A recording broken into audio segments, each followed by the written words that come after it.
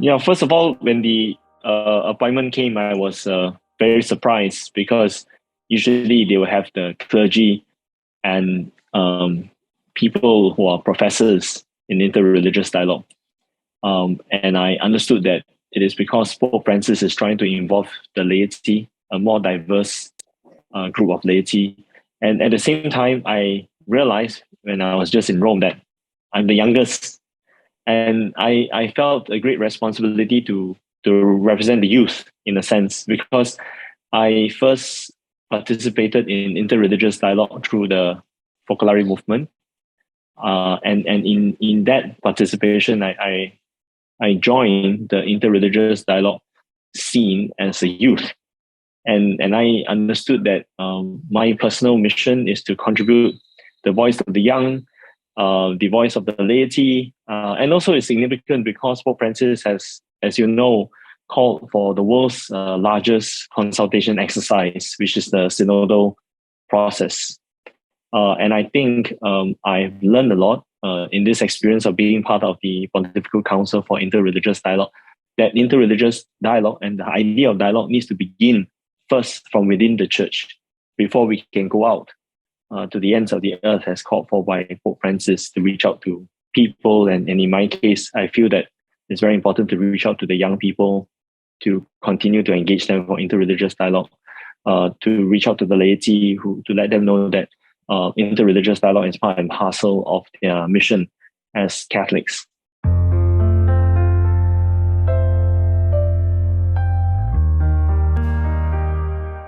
Yes, it was first and foremost a very beautiful atmosphere at the assembly.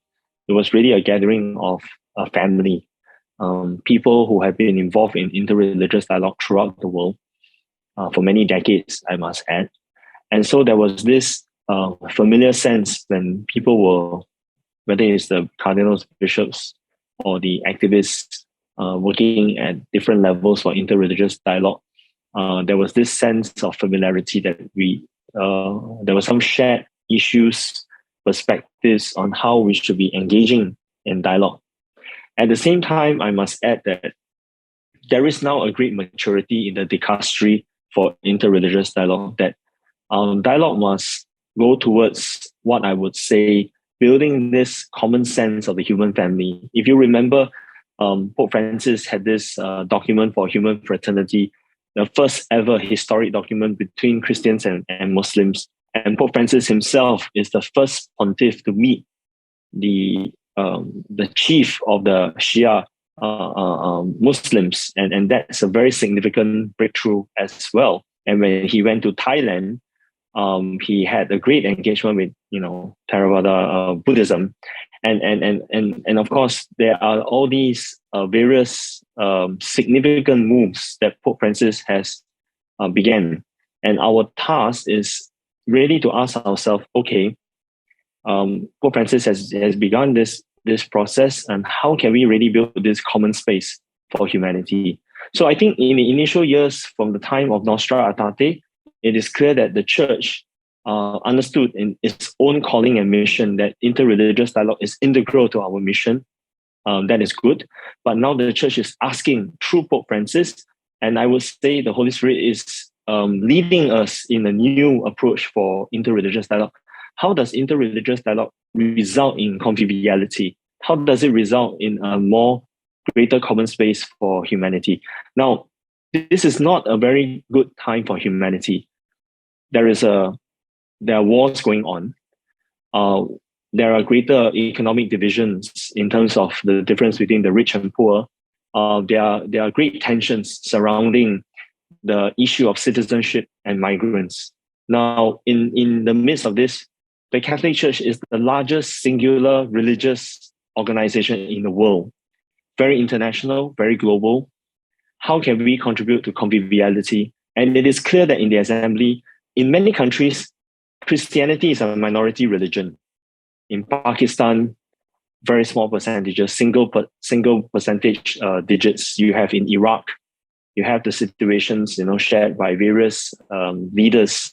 So therein lies this, I would say, from the many experiences, there were many, many experiences of what we call creative approaches to building conviviality, creative approaches to through interreligious dialogue to build the idea of a shared humanity. So I think it is clear to us now that from the big moves that Pope Francis has made, from some of the reforms within the church to be comfortable to go out, we are coming to a new era of interreligious dialogue. That means interreligious dialogue is not just about understanding each other, but it's about broadening the common space for a shared humanity. So I think that's pretty exciting. And interreligious dialogue, sometimes we don't necessarily associate the word creativity and interreligious dialogue, but I would say that this is actually coming to a very creative age about how can we engage, right, with our friends from other religions. Yeah, so it's pretty exciting.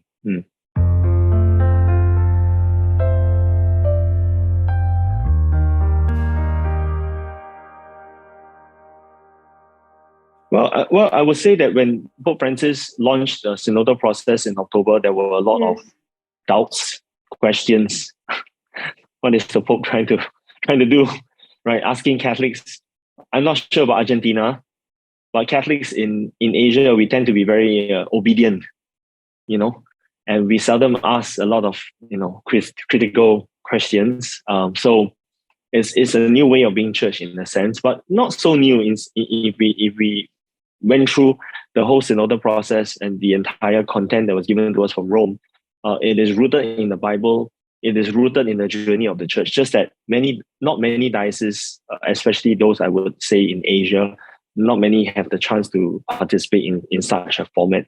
So it was beautiful because it introduced a methodology that I would argue is almost here.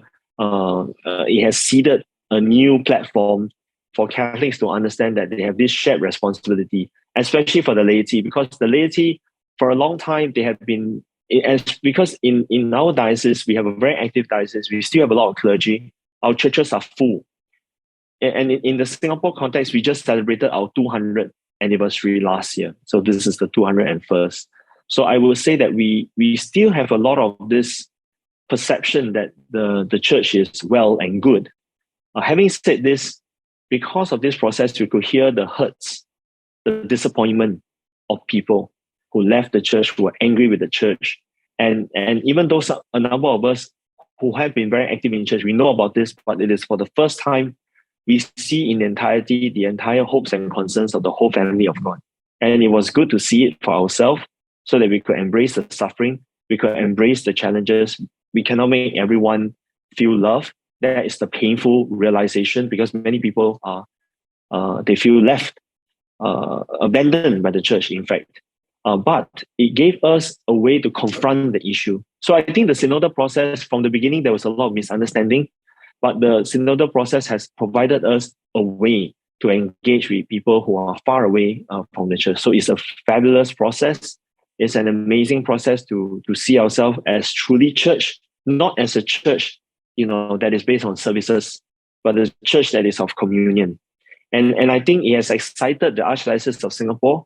From the process, we did quite an extended process for the synod, and also for ourselves. We had the Archdiocesan Assembly over 2 days in person, 2 days on Zoom, it's quite an exercise on its own, but it has allowed us to trust that the synodal process guided by the Holy Spirit is actually something that is very creative, that can unleash a lot of new ideas. But more importantly, it has brought us closer as the diocese, because sometimes when every one of us is doing different things, we don't necessarily feel close as one family.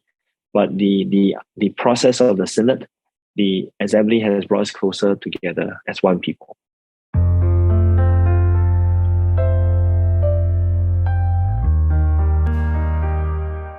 Well, I would say that in the summit that we did recently, that is organized by the company I serve in, Consultors, why Future Resilience by Design?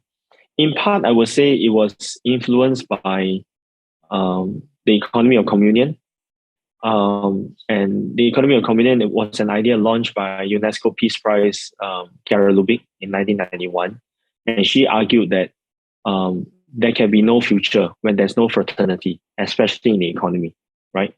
So on that basis, and of course, 2017, when my company Consultors, together with 800 over participants at the celebration of the 25th anniversary of the Economy of Communion in Rome, Pope Francis said that it is very important for the economy to be transformed, right? Pope Francis literally said that it's not enough to be a good Samaritan. And whenever there's still a victim of the economy, universal fraternity is not realized. So it's very important for the economy of communion to realize its true mission is to change the rules, right? To remove the possibility of generating victims. So it's a very tall order, very difficult vision. So flowing from that 2017 event, inspired by Carol Lubin in 1991, in our company, because we are an economy of communion company, we have been trying to think how can we, in a very pragmatic way, introduce this concept of resilience, right? Future resilience by design. And we realized that the economy as it stands is actually quite unrealistic, because you are supposed to achieve growth, right? Every single year for the economy. I mean, that's a given. But how do you do that?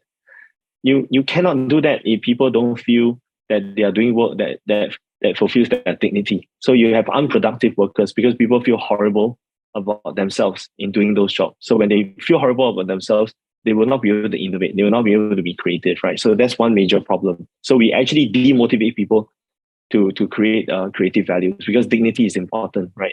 And that's taught by the church. So that's very interesting. Second, there's very little collaboration in the workplace. Actually, in many workplaces, people struggle to collaborate. So again, we're holding our information, people are not collaborating. So you're actually not resilient, because you're not helping each other with mental health. In fact, a lot of people say, thank goodness, thank God for COVID, because they work from home. They avoid politics in the office because they have more time, they don't have to commute, right? But if they go to the office, they end up, having conflict with their colleagues, they're dealing with people, it's stressful. So this again shows that the current economic system is actually highly unrealistic and impractical to achieve resilience. Then the third thing is that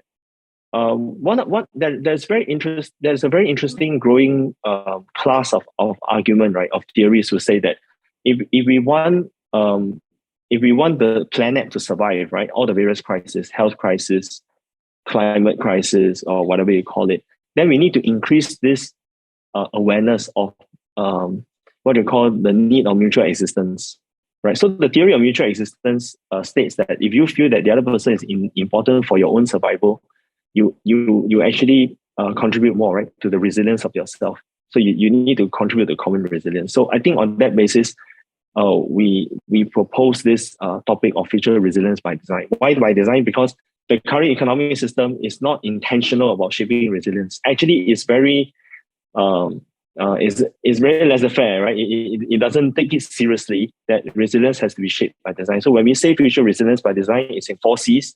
First is the cause. What are we fighting for? And for us, we believe that in line with the economy of communion, we must fight for the future of humanity. We must fight for our common humanity. That's the cause worth fighting for.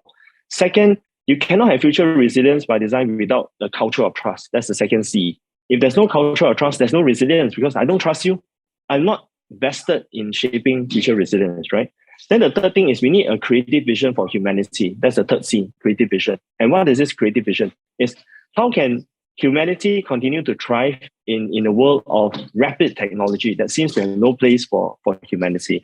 And lastly, the fourth C is competent pivot, right? How can we evolve and grow together as people, grow together, right, in changing economy? So cause, culture of trust, creative vision, and competent pivot. So it is critical for true future resilience by design if we are able to realize the key mission and intent of the economy of communion.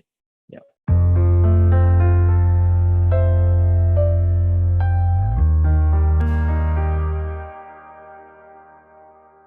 Well, in the situation of Singapore, because Singapore is a very small city state, and we are a very diverse population. From the very beginning, the founding fathers of Singapore understood that providing a safe space for different religion identities to thrive is crucial for Singapore's success, right? Because we don't have a lot of land where people can run away if they don't like certain groups.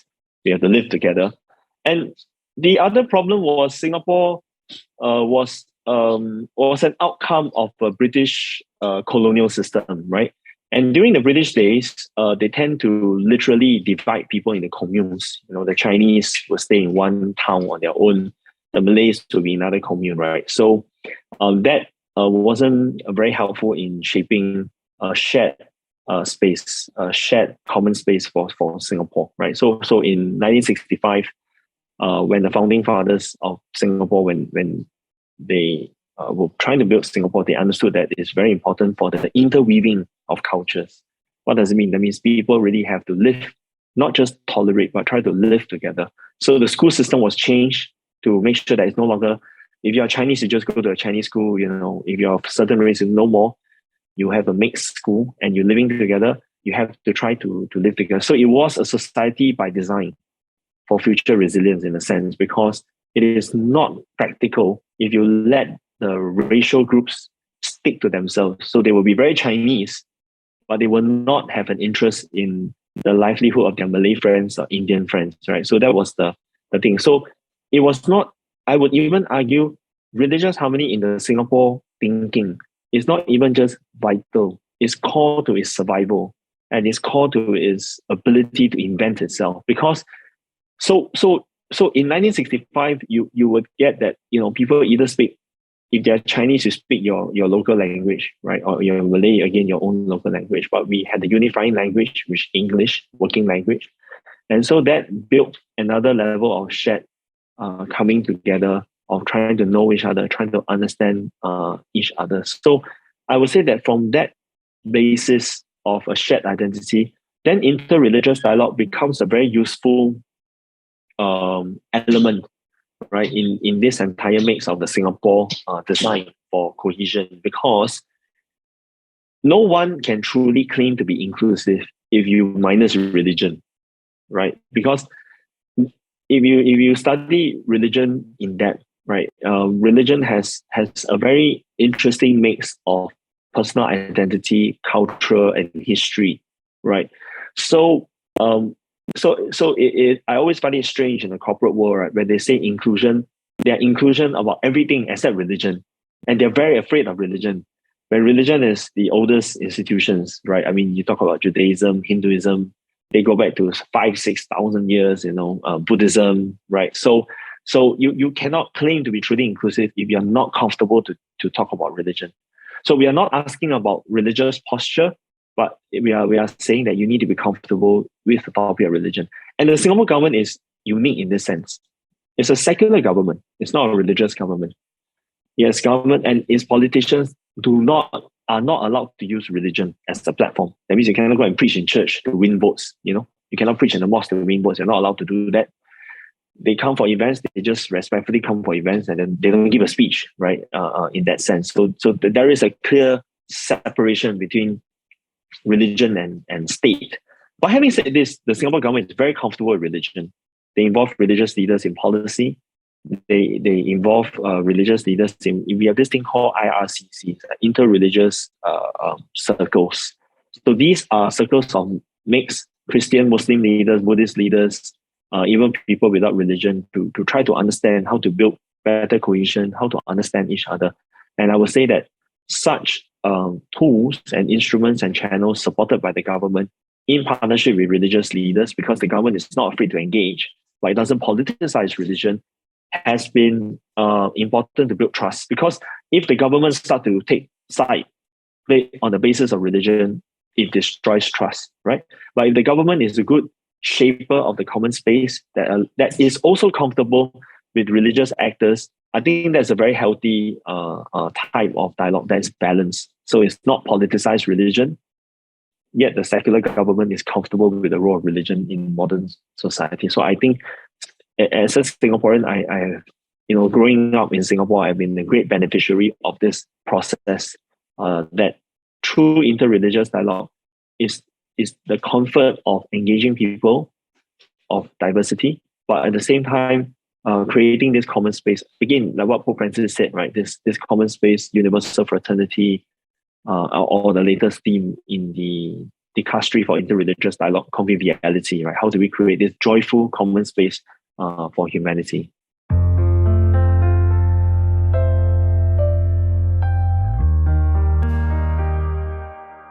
Well, I would say to the many youth leaders who are involved in interreligious dialogue, I would say that there is a lot of opportunities to bring innovation and creativity to interreligious dialogue. And that energy is needed, because I think the greatest challenge is people have certain preconceived notions about interreligious dialogue. If we talk about it, they will think of pictures of religious leaders standing together, taking a picture, right? But we all know, those of us who are involved, is far more than that. So actually, we need a new construct.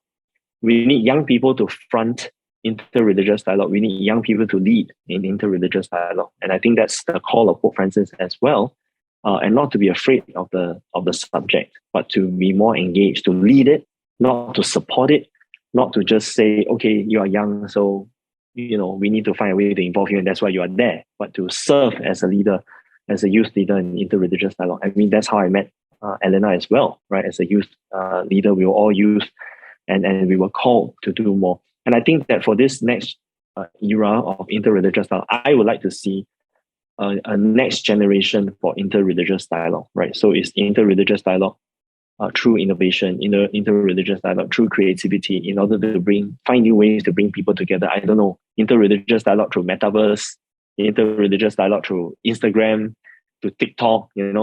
I think we need to find new ways and new narratives, or else interreligious dialogue remains a very niche, for a few people, but we actually need to broaden it.